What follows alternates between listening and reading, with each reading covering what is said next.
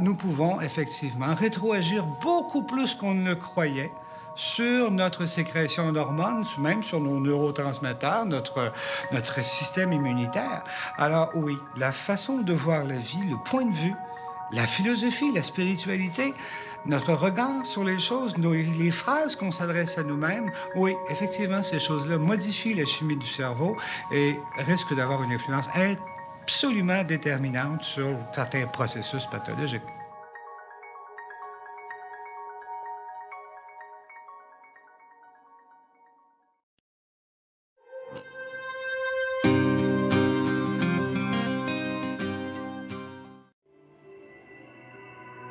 Aller jusqu'à l'âge de 6 ans, j'étais enfant unique. On vivait à la campagne dans un endroit paradisiaque, mais il n'y avait aucun voisin qui était là. Ce qui fait que mes contacts sociaux avec des jeunes de mon âge, ça a quasiment été quelque chose d'inexistant. À l'adolescence, pour moi, ça a été une période très, très, très difficile.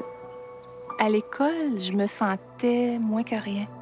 Parce que des gens avaient parti des choses non fondées et absolument stupides à mon égard, je gardais ça, je me sentais jugée, j'avais peur, l'estime de moi était à plat. J'en suis même, je dirais, devenue boulimique. C'était de manger le plus possible, on aurait dit, pour me sentir vive. À toute heure du jour ou du soir, c'était d'ouvrir le réfrigérateur, ouvrir les armoires, me trouver quelque chose à mettre sous la dent. Je faisais de l'hyperventilation, claustrophobie, agoraphobie. J'étais dans un état de mal-être intérieur absolument aberrant. J'avais le sentiment d'avoir perdu le contrôle de ma vie. Où je suis, où je m'en vais, c'était comme une sensation de vide, de néant à l'intérieur. Fait que la perte de moi-même, elle était sur une dimension là, vraiment généralisée. J'appréhendais parfois le pire, et le pire pour moi, c'était est-ce qu'il va y avoir une lumière au bout du tunnel? Est-ce que je vais finir par me sortir de cet état-là qui rend ma vie si lourde? Je veux y croire, j'y crois, mais j'ai pas encore trouvé les outils pour y arriver. Le rire est important, mais pour moi, c'est d'aller donner des outils concrets aux gens aussi pour mieux gérer leur stress, prévenir l'épuisement, dédramatiser leur quotidien, mieux vivre leur moment présent. Quand j'entre dans une conférence, c'est important pour moi que les gens ressortent de là avec un plus à leur qualité de vie quand moi je vais quitter. Notre but dans notre vie, je pense, c'est d'avoir un rôle préventif. Oui, les médecins font un travail absolument extraordinaire, on a besoin d'eux. Mais notre part de responsabilité au niveau du soutien de notre santé, ça doit être un incontournable. Chaque fois qu'on perd sa propre identité, qu'on refuse d'être soi-même avec ses qualités et, j'ose même pas dire ses défauts, mais avec ses points à améliorer, ben c'est important d'être authentique. Et moi, cette authenticité-là, elle était un petit peu déficiente, là, même en bas âge. Je me suis mariée dans une première union vers l'âge de 21 ans. J'ai eu 2 enfants, Mireille et Denis, qui ont aujourd'hui 18 et 20 ans. À 27 ans, j'étais dans un chaos assez total, merci, autant sur le plan physique, psychologique. Mais je me sentais vraiment seule au monde, vraiment seule au monde, dans un état de détresse extrême. Je sentais que j'étais en train de toucher le fond du baril. J'avais abusé vraiment de mes réserves d'énergie.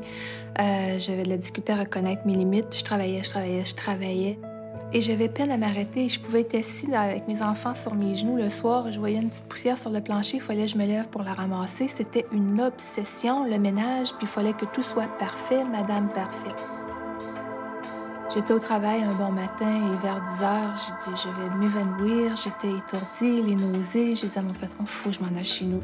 Je savais que je venais d'être à la fin du processus que j'avais voulu oublier pendant tant d'années. Je me suis en allée dans mon lit et j'y suis restée environ 3 mois. J'étais incapable d'être debout. C'était vraiment pénible. Je devais me traîner par terre.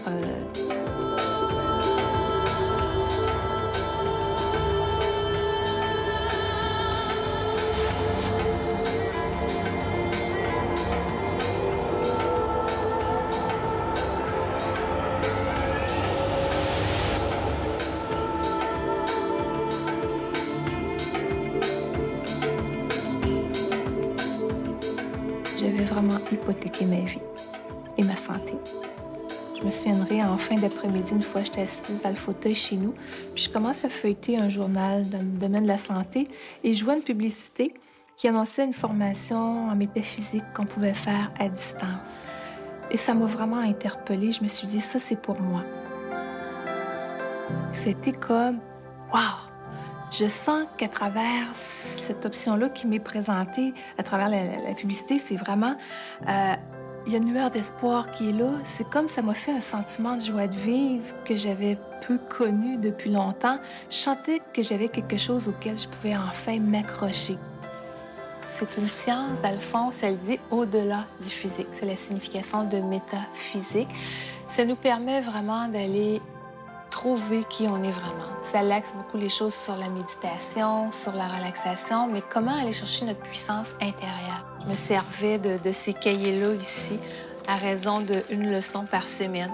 Et je prenais le temps vraiment de sentir qu'elle était intégrée en dedans de moi, de la sentir me nourrir, de sentir que ça m'élevait au niveau de mon âme, de ma santé physique aussi.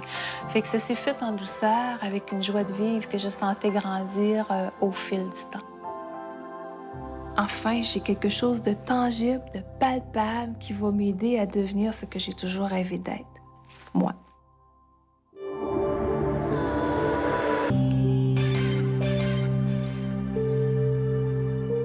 Ça m'a pris environ 3 ans à me reconstruire.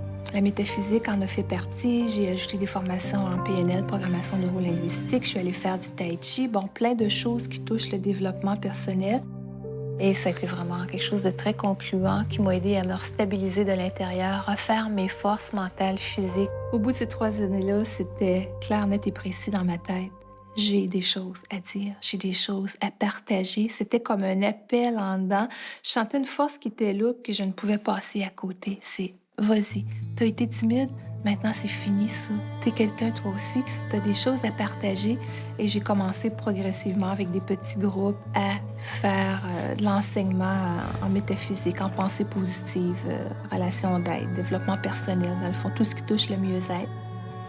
L'approche que j'ai mise au point depuis environ 5 ans s'appelle la santé par le rire. Certains vont l'appeler thérapie par le rire.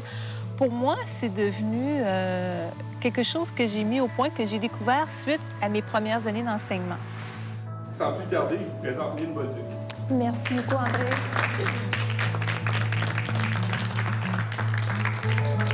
Bonne soirée, tout le monde. Si je vous demandais, vous gardez la réponse pour vous autres dans votre tête, mais sur une échelle de 1 à 10, où se situe votre niveau de rire et d'humour au quotidien? À quand remontent vos derniers fous rires? Ça fait-tu longtemps que vous vous êtes pas laissé aller à lâcher votre fou? On dit vaut mieux lâcher son fou que de le devenir à un moment donné, là. Des fois, ça fait vraiment beaucoup trop longtemps. Et je m'apercevais à un moment donné, quand j'intégrais des choses à caractère humoristique, plus fantaisiste, que les gens en redemandaient. « Wow, quelle belle soirée on a passée! » Je sentais un sentiment de légèreté qui était là, beaucoup plus présent. Peu importe la grosseur, peu importe comment ils sont placés, pourvu que votre dessin soit fait à partir d'au moins 3 cercles. Celui avec les 3 cercles, c'est la perception que vous avez de votre sexualité.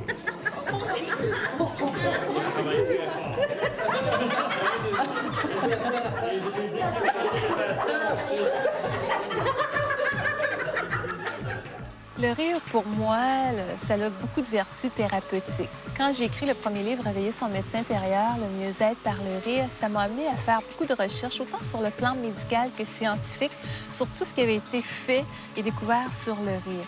Et le rire stimule, entre autres, dans notre cerveau, une hormone principalement qu'on appelle l'endorphine, qu'on pourrait aussi appeler une petite hormone de bonne humeur. Le rire a un effet antidépresseur, anti-insomnie, anti-anxiété, antidouleur absolument extraordinaire. Quand j'étais dans les périodes de grande noirceur, je ne pouvais même pas m'imaginer qu'un jour, je vivrais quelque chose d'aussi extraordinaire.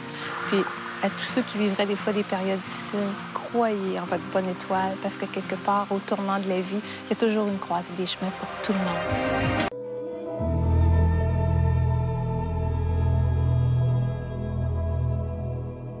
Quand Quand on regarde une période sombre comme ça, on peut dire que oui, à quelque part, ça a été comme un cadeau. Un cadeau, donc on dit on se passerait, puis en même temps, c'était la plus belle chose qui a pu m'arriver pour faire le point dans mes valeurs, dans ma vision de la vie, dans ma vision de moi-même, dans l'acceptation de qu'est-ce que je suis et de qu'est-ce que je veux devenir. Et pour moi, c'était un élan du cœur que de donner ça aux gens, de partager ça avec les gens.